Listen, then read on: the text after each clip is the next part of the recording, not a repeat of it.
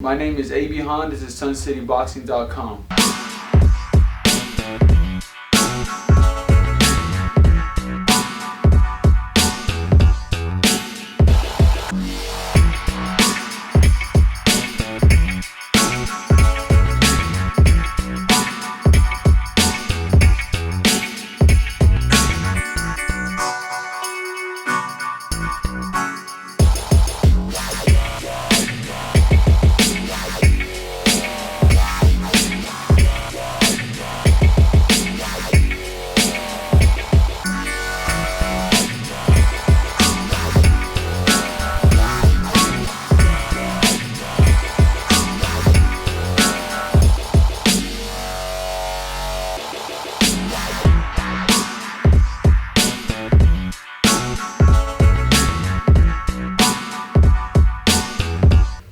All right, we're here with Abie Han.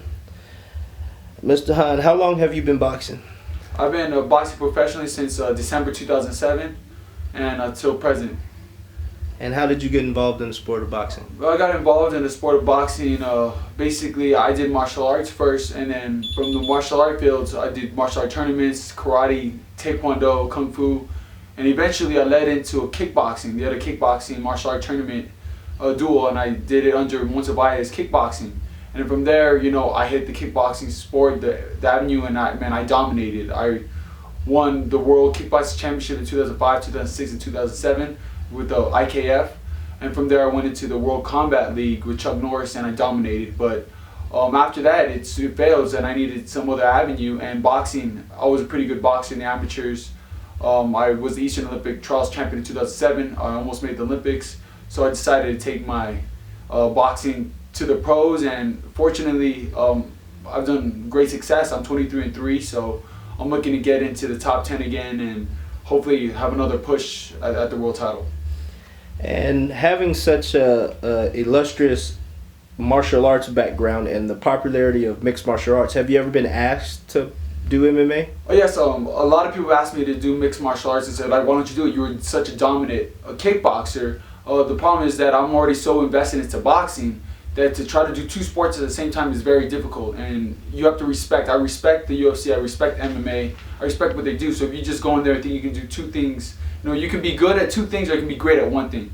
So I'm just dedicating all my time and focus onto boxing, and after boxing's done and I'm satisfied, if there's still time left, I'll do mixed martial arts.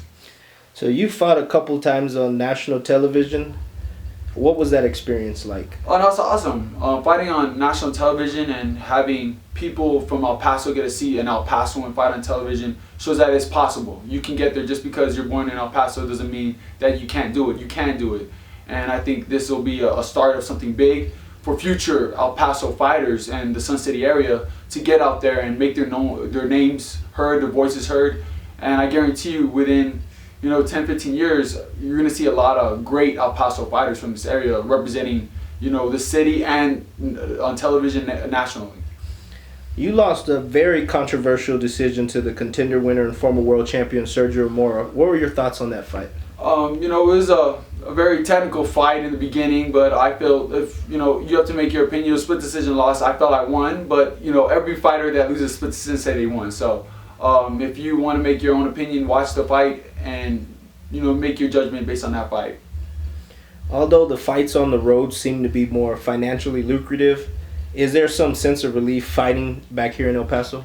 Oh man, yeah, I love fighting here because it gives me that home field advantage. Like that in football they got that 12th man. El Paso is my 12th man. They give me that energy in the sport. When I'm tired and I'm fatigued, and they're cheering for me and just giving me that extra energy, that extra whatever, just to pull it out, and go for the victory. You don't get that anywhere else. Usually I hear boos and I hear everyone chanting for the other guy. So to fight here and actually not be booed is just amazing. So I just love the energy and the vibe that the city gives me. The Han name is very remarkable in El Paso. Either you or Jennifer have been the main or co-main event in a majority of the local cards in recent memory. What do you feel attributed to that?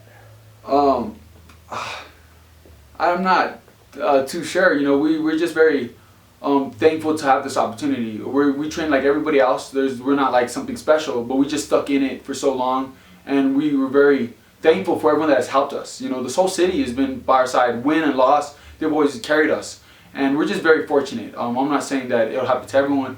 Well, we just feel very lucky and fortunate to get this opportunity and have the city behind us and supporting us. And I don't really have a great answer, just that we're very fortunate. Do you feel that being one of the few 10, 12-round fighters from El Paso has created opportunities for other locals to showcase their talents on your undercards? Yeah, like to me, it's going 10, 12 rounds. It's all mental, you know. And a lot of El Paso fighters are good and they're great, but a lot of times they don't get out of the city. To me, I was a little bit different because when I was amateur and I did the kickboxing, I did the boxing, but even when I fought, I didn't just fight here.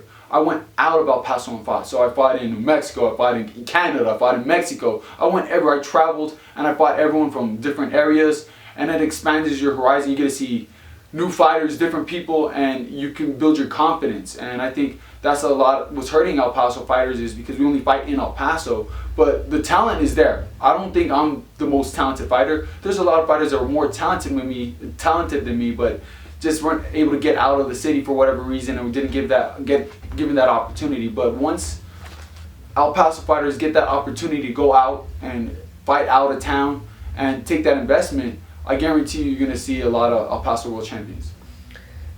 Last year, there were 8 professional boxing cards in El Paso. There's already 9 scheduled by August 15th of this year.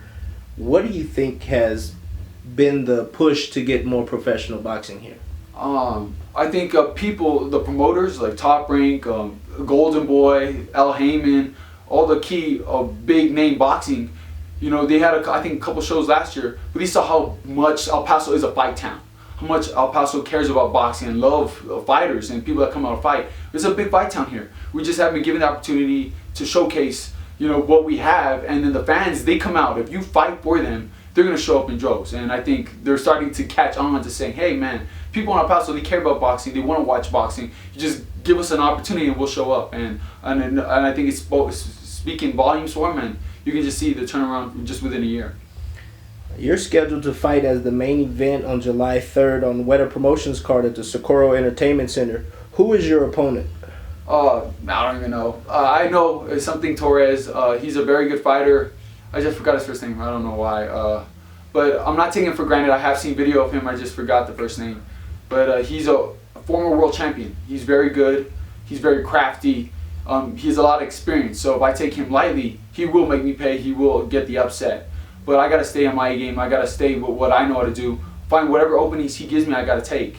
But he's a very good fighter. I think his record is 43-6. So you can see the experience. He's fought the likes of Fernando Vargas. So he's been with the best in the world, and he's beaten the best in the world. He's a former world champion. So I have my work cut out for me on July 3rd, and I hope everyone comes out and sees a great fight. So you've passed the prospect status, and you're more into the contender status. Does the training get monotonous after a while, or how do you stay motivated with the long hours of training? To be the best, you know. I want to be the best. I want to fight for a world title. I don't want to win a world title. I want to be a world champion. That's my goal since I've started boxing professionally. Is you want to be the best, and that's my drive. So the times you want to quit, you know, there are times I just want to give up and I just want to throw it away. But you know, if you want to be great at something, you want to sacrifice to do something no one else ever done. You have to give your best shot. I don't want to live 10 years and say, what if? What if? If I don't do it, then I can't do it. But I don't want to have any question. I want to know that I gave it 100%, the best that I could have possibly given, and then I have no question. I don't need to look back and say, man, you know what, I could have done it. I know I did the best I could, and whatever it is, I'll be satisfied with. And last question, is there anything you'd like to say to all your fans in and around El Paso?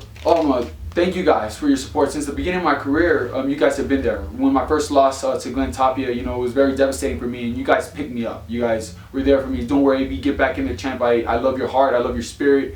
And you guys have really carried me. And because of that support, it keeps me pushing, wanting to be a world champion. So to everyone at El Paso, everyone in 915, just thank you for all your support.